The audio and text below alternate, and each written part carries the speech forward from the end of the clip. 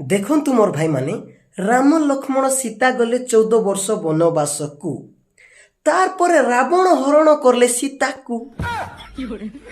ତାରପରେ ରାମ କ୍ରୋଧରେ ବଧ କଲେ ରାବଣକୁ। ତାରପରେ ରାମ ଲଙ୍କାରୁ ଉଦ୍ଧାର କଲେ ସୀତାକୁ। ତ କ୍ୱେଶ୍ଚିନ୍ ହେଉଛି, ରାମ କେତେବେଳେ ଉଦ୍ଧାର କଲେ ମନୁଷ୍ୟକୁ? କାହିଁକି ତାଙ୍କେ ଉଦ୍ଧାର କଲେ ସୀତାକୁ ନା। ତେଣୁକରି ମୋର ଭାଇମାନେ, ସବୁ ଧର୍ମଶାସ୍ତ୍ର କହୁଛି ରକ୍ତପାତ ବିନା ଗୋଟେ ମନୁଷ୍ୟର ଉଦ୍ଧାର କେବେ ହେଇପାରିବ ନାହିଁ, ପାପ ମାର୍ଜନା ହେଇପାରିବ ନାହିଁ। ତେଣୁକରି ମୋର ଭାଇମାନେ, ପ୍ରଭୁ ଯୀଶୁ ଖ୍ରୀଷ୍ଟ ଆସିଲେ ଜଗତକୁ ମନୁଷ୍ୟକୁ ମୁକ୍ତ କରିବାକୁ, ମନୁଷ୍ୟକୁ ପରିତ୍ରାଣ ଦେବାକୁ, ମନୁଷ୍ୟର ପାପରୁ ଧୌତ କରିବାକୁ। କାହିଁକି ଆମେ ଜାଣିଛୁ ପୃଥିବୀରେ ଯେତେ ଦେବାଦେବୀ ଅଛନ୍ତି, ମନୁଷ୍ୟର ପାପ ପାଇଁ କିଏ ମଧ୍ୟ ରକ୍ତ ବୁହାଇ ନାହାନ୍ତି ଯୀଶୁଖ୍ରୀଷ୍ଟଙ୍କର ଛଡ଼ା। ପ୍ରେଜ୍ ଦ ଲର୍ଡ। ଆଉ ଏଇ ଭାଇ ତ ଆପଣ ମାନେ ପ୍ରାୟ ଲୋକ ଜାଣିଥିବେ, ଭାଇ ଜଣକ କୋରାପୁଟର। ଆଉ ତାଙ୍କର ପ୍ରତ୍ୟେକ ଭିଡ଼ିଓ ଏହି ଟାଇପ୍ର, କାରଣ ସେ କେବେ କାହାକୁ ମୁଖାପେକ୍ଷା କରନ୍ତି ନାହିଁ। ଆମେ କିଛି କିଛି ବିଷୟରେ କ'ଣ ମାନେ ମନୁଷ୍ୟକୁ ଦେଖିକି ମାନେ ଗୋଟେ ଚିହ୍ନା ଅଛି ନା, ଯେଉଁ ପରିଚୟ, ଯେଉଁ ମନୋଭାବଟା ଅଛି, ତଦ୍ରୂପ ଆମେ କିଛି କିଛି କଥା କହିବା ବେଳେ କ'ଣ ନାଇଁ ଆମେ ଏଇ କଥାଟା କହିବା ଦ୍ୱାରା ଆଉ ଜଣକୁ ଆଘାତ ହେବ, ଏଇ କଥା କହିବା ଦ୍ୱାରା ଆଉ ଜଣଙ୍କ ମନରେ କଷ୍ଟ ହେବ, ଏମିତି ଅନେକ ଚିନ୍ତା ଆସିଥାଏ ଯଦ୍ୱାରା ଆମେ କିଛି କହିପାରୁନୁ। କିନ୍ତୁ ଏଇ ଭାଇ ଜଣକ ଯେଉଁ କୋରାପୁଟରେ ଭାଇ ଜଣକ ଆପଣମାନେ ଭିଡ଼ିଓରେ ଦେଖିକି ଜାଣିପାରିଥିବେ, ଏ ଭାଇ ଜଣକ ଯାହା କିଛି କହିବେ ମାନେ ସିଧା ସିଧା କହିବେ। ଯିଏ ଯାହା ବୁଝୁ, ଯିଏ ଯାହା ଭାବୁ, ଯିଏ ଯାହା ଚିନ୍ତା କରୁ, ଭାଇ ଜଣଙ୍କର କଥା କ'ଣ ସିଧା ତାଙ୍କର କଥାବାର୍ତ୍ତା। ମୁଁ ଏ ଭାଇକୁ ବହୁତ ମୋତେ ଭଲ ବି ଲାଗେ, କାରଣ ଏ ଭାଇ କେବେ ମୁଖାପେକ୍ଷା କରନ୍ତି ନାହିଁ। ଯାହା ବି କୁହନ୍ତି ପୁରା ସିଧା କଥା କୁହନ୍ତି। ଯଦି ତାଙ୍କ ବିଷୟରେ ଭୁଲ ଅଛି ତ ନିଶ୍ଚୟ ତାଙ୍କୁ ମଧ୍ୟ ଲୋକ ଜଣାଉଛନ୍ତି, ଆଉ ଯଦି ତାଙ୍କ ବିଷୟଟା ଠିକ୍ ଅଛି ତ ନିଶ୍ଚୟ ଲୋକମାନେ ତାକୁ ଭଲ ବି ପାଆନ୍ତି। ଆଉ ଏ ଭାଇ ଜଣଙ୍କର ମଧ୍ୟ ଗୋଟେ ୟୁଟ୍ୟୁବ୍ ଚ୍ୟାନେଲ୍ ଅଛି। ଆଉ ଏ ଭାଇ ଜଣକ ୟୁଟ୍ୟୁବ୍ ଚ୍ୟାନେଲ୍ରେ ପ୍ରାୟ ସର୍ଟ ଭିଡ଼ିଓ ଅପଲୋଡ଼ କରନ୍ତି, ଆଉ ବେଳେବେଳେ ଲଙ୍ଗ ଭିଡ଼ିଓ ମଧ୍ୟ ଅପଲୋଡ଼ କରନ୍ତି। ତ ଏ ଭାଇ ଜଣଙ୍କର ଏ ଭିଡ଼ିଓରେ କ'ଣ କହିଲେ ଆପଣମାନେ ଦେଖୁଥିବେ, ଯେ ଯେଉଁ ଭଗବାନଙ୍କ ବିଷୟରେ ସେ କହିଛନ୍ତି ଯେ ସିଏ କାହାକୁ ରକ୍ଷା କଲେ। ଆକ୍ଚୁଆଲି ସେ ରକ୍ଷା କାହାକୁ କରିଛନ୍ତି? ଆପଣଙ୍କର ପରିବାରକୁ, ନା ତାଙ୍କ ପରିବାରକୁ, ନା ଆମ ପରିବାରକୁ, ନା କେଉଁ ପରିବାରକୁ, କେଉଁ ଫ୍ୟାମିଲିକୁ ସେ ରକ୍ଷା କରିଛନ୍ତି? এই ବିଷୟ ନେଇ ଭାଇ ଜଣକ ଯେଉଁ କହିଛନ୍ତି। କିନ୍ତୁ ମୋର କହିବା ଉଦ୍ଦେଶ୍ୟ କାହା ମନରେ ଆଘାତ, କାହା ମନରେ କଷ୍ଟ ଦେଲା ଭଳିଆ କଥା କହିବାକୁ ମୋତେ ଭଲ ଲାଗେନି। ଏସବୁ ଯାହା କିଛି ବି ହେଉଛି କେବଳ ଏଇ ଯେଉଁ ଟପି ଭାଇ ନା, ଟପି ମିଶ୍ରଙ୍କ ସକାଶେ ଏସବୁ ହେଉଛି। ଆଉ ଏଇ ଯେଉଁ ଭାଇ ମଧ୍ୟ ଯେଉଁ ଭିଡ଼ିଓଟା କରିଛନ୍ତି, ଏଇ ଭିଡ଼ିଓର ଉଦ୍ଦେଶ୍ୟ ମଧ୍ୟ କେବଳ ସେଇ ଜଣକ ପାଇଁ ହିଁ ଏସବୁ ହେଉଛି।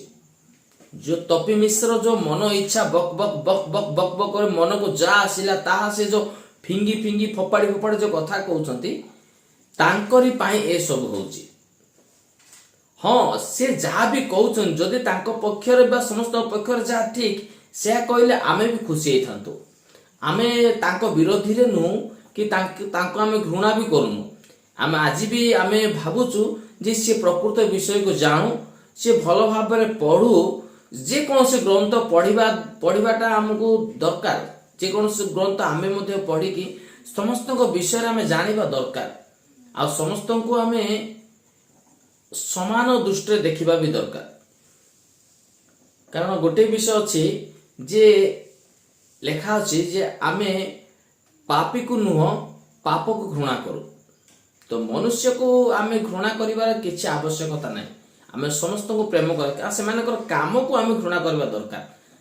ତ ଭାଇ ଜଣକ ଯେଉଁ କହିଛନ୍ତି, ମାନେ ଆମେ ଟିକେ ଡିପଲି ଚିନ୍ତା କରିବା ଦରକାର। ଯୀଶୁଖ୍ରୀଷ୍ଟଙ୍କ ବିଷୟରେ ମୁଁ କହିବା ପାଇଁ ଚାହୁଁଛି, ସେ ତାଙ୍କ ଜୀବନରେ ଯାହା କିଛି ବି କରିଛନ୍ତି ନିଜ ପାଇଁ କିଛି ବି କରିନାହାନ୍ତି। ସେ ସମସ୍ତ ବିଷୟ ଆପଣଙ୍କ ପାଇଁ ଆଉ ଆମ ପାଇଁ କରିଛନ୍ତି। ଯଦି ବା ସେ ଜଗତକୁ ବି ଆସିଲେ ଆମରି ପାଇଁ ଆସିଲେ। ଏ ଜଗତକୁ ଆସିବା, ଜଗତର ରଙ୍ଗ ରସ, ଭଲ ଭଲ ଖାଇବା, ମାଛ ମାଂସ ଖାଇବା, ଭଲ ଭଲ ପିନ୍ଧିବା, ଆଉ ଜଗତର କ'ଣ କ'ଣ ସବୁ ରଙ୍ଗ ରସ ଚାଲିଛି ସେ ସବୁକୁ ଅନୁଭବ କରିବା ତାଙ୍କର ଉଦ୍ଦେଶ୍ୟ ନଥିଲା। କାରଣ ସେ ଲେଖା ଅଛି, ଆଉ ସେ କହିଛନ୍ତି ଯେ ମନୁଷ୍ୟ ପୁତ୍ର ଆପଣ ଲୋକମାନଙ୍କ ନିମନ୍ତେ ସେ ନିଜ ଜୀବନକୁ ବିସର୍ଜନ କରିବା ପାଇଁ ନିଜ ଜୀବନକୁ ଦେବା ପାଇଁ ସେ ଆସିଛନ୍ତି। ଆଉ ଯୋଉ ଆସିଥିଲେ କେବଳ ଆମମାନଙ୍କର ପାପ ସକାଶେ ସେ ମୃତ୍ୟୁ ବରଣ କରି ଆମ ପାପରୁ ଆମକୁ ମୁକ୍ତି ଦେବା ପାଇଁ ସେ ଜଗତକୁ ଆସିଲେ।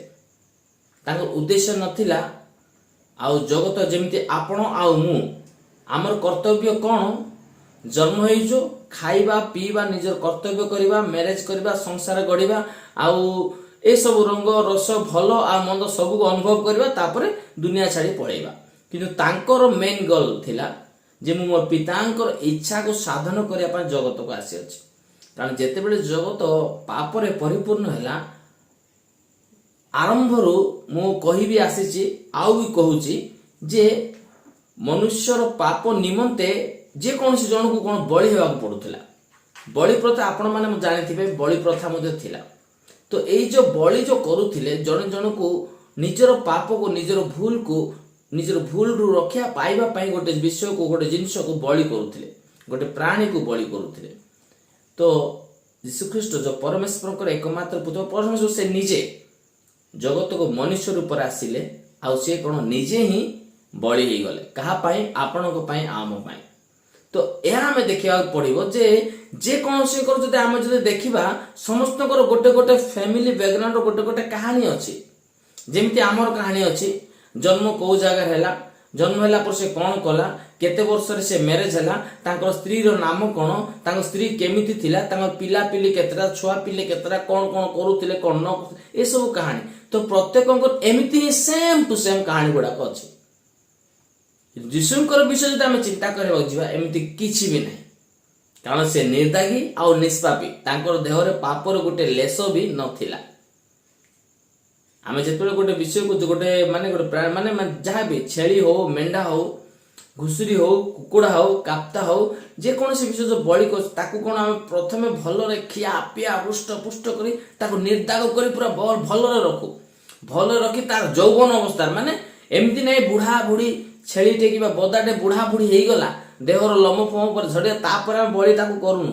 ଯେତେବେଳେ ସେ ଖୁବ୍ ତାକତବାନ ହେଇଥିବ, ସେଇ ସମୟ ତାକୁ ଆମେ ତଦୁପରି ଯୀଶୁଖ୍ରୀଷ୍ଟଙ୍କର ମାନେ ଠିକ୍ ତାଙ୍କର 33 ବର୍ଷ ସମୟରେ ଖୁବ୍ ଭେଣ୍ଡିଆ ବୟସରେ ହିଁ ତାଙ୍କୁ କ'ଣ ବଳି କରାଇବାକୁ ପଡେ, ବଳି ହେଇଥିଲେ। ତ ଏହା ଥିଲା ବିଷୟଟା। ଭାଇ ଜଣଙ୍କ ଯୋଉ ଭିଡ଼ିଓ ଦେଖିଛନ୍ତି, ସେ ଭିଡ଼ିଓ ମାଧ୍ୟମରେ ଭାଇ ଯାହା ବି କହିଛନ୍ତି ଆପଣମାନେ ମନକୁ ନେବେ ନାହିଁ। କାରଣ ଆମେ ବିଷୟଟାକୁ ଜାଣିବା ପାଇଁ ଚେଷ୍ଟା କରିବା ସମସ୍ତଙ୍କର ଆଉ ଭଲ। ଆମେ ବିଷୟଟାକୁ ଆମେ ଜାଣିବା ପାଇଁ ଚେଷ୍ଟା କରିବା ଦରକାର, କ'ଣ ଅଛି କ'ଣ ନ ଅଛି। ତ ଆମ ଗ୍ରନ୍ଥରେ ସବୁ ଏମିତି ଅଛି। ଆପଣମାନଙ୍କ ମତାମତ କେମିତି ଅଛି ନିଶ୍ଚୟ କମେଣ୍ଟରେ ଜଣେଇବେ। ଆମେ ସମସ୍ତେ ମିଳିମିଶି ରହିବାଟା ସବୁଠୁ ଭଲ, ସମସ୍ତେ ପ୍ରେମରେ ରହିବାଟା ସମସ୍ତ ଭଲ। ସବୁଠାରୁ ଆମେ ସମସ୍ତେ ସମାନ ହେଇକି ବାଟ ଚାଲିବା ଦରକାର, ସମସ୍ତଙ୍କୁ ସମାନ ଦୃଷ୍ଟିରେ ଦେଖିବା ଦରକାର, ସମସ୍ତଙ୍କୁ ଆମର ବନ୍ଧୁ ବାନ୍ଧବ ସାଙ୍ଗସାଥି ବୋଲି ମନେ କରିବାଟା ହିଁ ସବୁଠୁ ବଡ଼ ବିଷୟ। ତ ଆଜିର ଭିଡ଼ିଓ ବାସ୍ ଏତିକି। ଆଗକୁ ପୁଣି ଆଉ ଅନ୍ୟ ବିଷୟରେ ଚିନ୍ତା କରିବା। ସେ ପର୍ଯ୍ୟନ୍ତ ରହୁଛି। ନମସ୍କାର।